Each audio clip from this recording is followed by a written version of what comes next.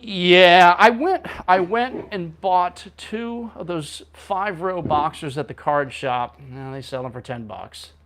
So I have 2 of those giant boxes, and figured out while I'm in there, I might as well buy some $1 singles. So all these are $1 singles that I bought at the local card shop today. And yes, we're going to do more reading. So there's 10 of them. You'll sense a theme. First one, Don Mattingly sets the slam record. 1987 Donruss highlights. This is the harder one to read because there's a lot on here. Just when you thought Don Mattingly was through setting records in 1987, the New York Yankees star first baseman established his most unexpected of all on September 29th, having previously equaled Dale Long's record for hitting home runs in 8 consecutive games, as well as breaking an American League mark. By getting extra base hits in 10 consecutive games. Mattingly must have figured he was going to have to settle for a share of the Major League mark for Grand Slams in a season, which the record is 5 Grand Slams in a season. He's going to have to share it, but that didn't happen. His 5th Grand Slam was he hit his 5th on September 25th against Baltimore Oriole rookie right-hander Jose Mesa to equal the Major League record held jointly by Ernie Banks of the Cubs in 1955, Jim Gentile of the Orioles in 1961. But at the night of September 29th, the Red Sox left-hander Bruce Hurst, a longtime Mattingly nemesis, loaded the bases in the 3rd inning on 2 singles and a walk.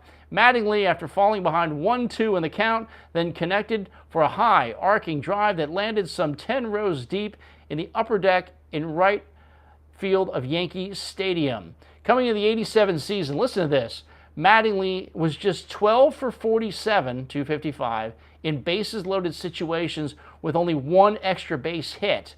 His 87 Grand Slams came off Rangers' Mike Mason on May 14th, the Blue Jays' John Cerruti on June 29th, the White Sox' Joel McKeon on July 10th, and the Rangers' Charlie Huff on July 16th. So basically, 12 for 47 with 1 extra base hit with the bases loaded until 1987 hit when he smashed 6 Grand Slams in 1 season. So he wasn't the greatest until that point. So he homered in 8 straight games, had the 6 Grand Slams, and then basically, I don't know, after 88 or so, his back. Look at there's Yankees being happy. Oh yeah, Jim Abbott. His back started acting up, as he was pounding the ball all over the place, and slowly that power stroke kind of went away for him, which is kind of sad. But a legend. Okay, now let's see what this is. This is the 1994 upper deck of Lou Gehrig. Okay. There you go. On May 25th, 1925, Gehrig was just filling in for an ailing Wally Pipp. How could anybody have known that he would eventually capture the hearts of the American public with his play and his never-before-seen dedication? Then, for the first time in 15 seasons, no longer able to perform to the high standards of excellence, he removed himself from the lineup on May 2nd, 1939. A terminal disease would claim his life 2 years later, for which the disease is named after him. And we saw... So everything's named after people? And then we saw what happened. Cal Ripken Jr., the highlight off to the right. He ended up breaking that consecutive game streak that Lou Gehrig had. So that is a 1994 upper deck.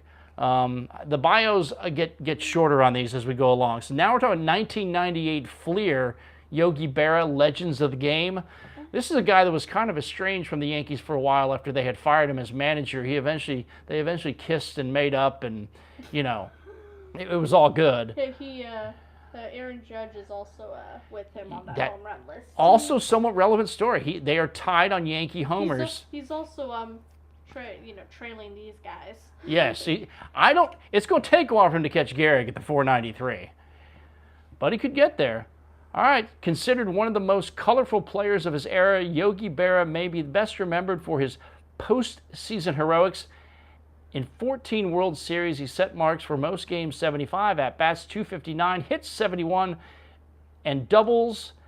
His 117 total bases rank second to Mickey Mantle, and his 12 homers are third, as of the printing of this card in 1998 Fleer.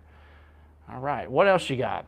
What another Yankee. Now, works. Whatever works. Okay, from what I've learned, there aren't a whole lot of Joe DiMaggio cards out there. So if you find Joe on a card, I guess you kind of need to buy it.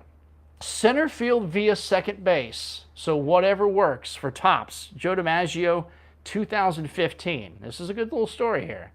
All right. Joe made a regular pit stop on his way to center field. For good luck, the Yankees star would angle from the dugout to second base, step on the bag, then jog out to his position. DiMaggio did the same thing on the return trip after each inning ended. So there's that from Joe D. That's called being superstitious. The babe. So 2019 opening day. This is baseball celebrating the 150th anniversary. And it's the babe. It is the babe. Sitting on some bats, checking things out. All right, here we go. You're going to learn the word carousing. The babe liked to carouse. Okay.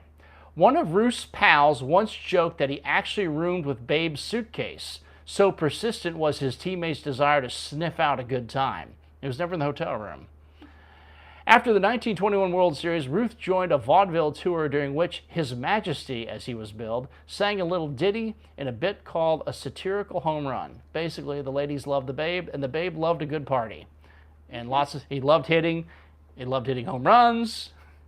He enjoyed pitching for a time. Well, there we go. And there's a closer legend. All right. The Family Business with Mariano Rivera. Now, this is going to be Topps Chrome.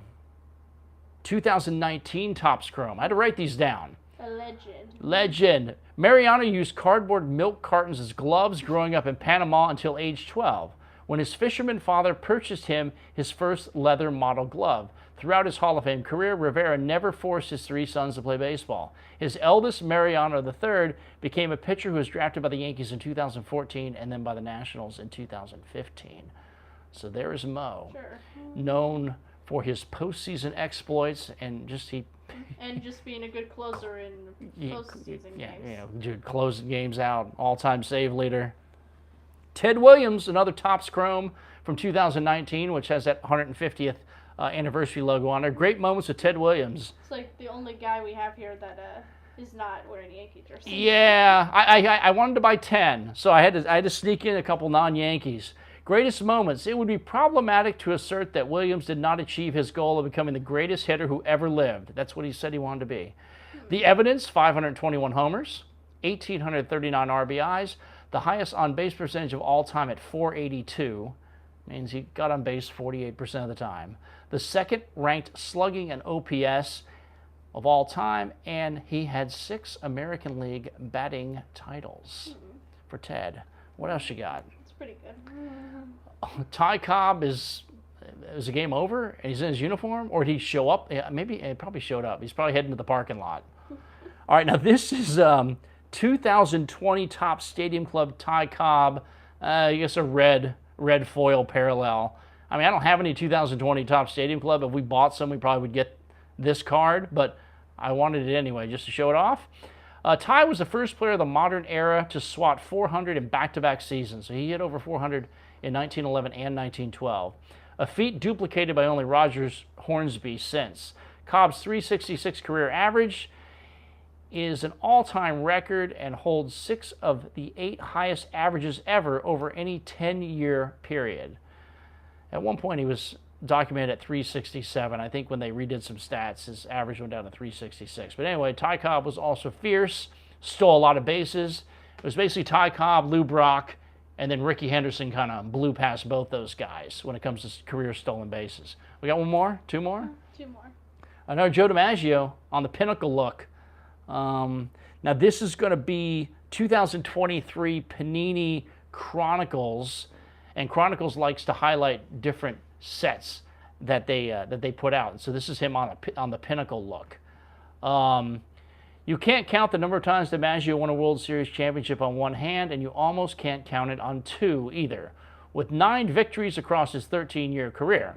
The New York legend holds the second-place record for the most rings in the history of the league, just after Yogi Berra, who had 10.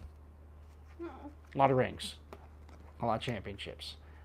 Last but definitely not least, Mickey Mantle. Mickey Mantle. Now, Mickey Mantle's on the 2023 Panini Luminance, and this is where you can start to see the unlicenssedness. Yeah, nothing on the helmet or the jersey. Yeah. I mean, I really don't know what their hats look like, but clearly they've cleaned this up a little bit. So if you can get a Mickey Mantle card for $1, you can do it, because Mickey Mantle cards in general can be expensive. Oh, known for his towering home runs, Mantle also spent years, so to speak, years without making contact.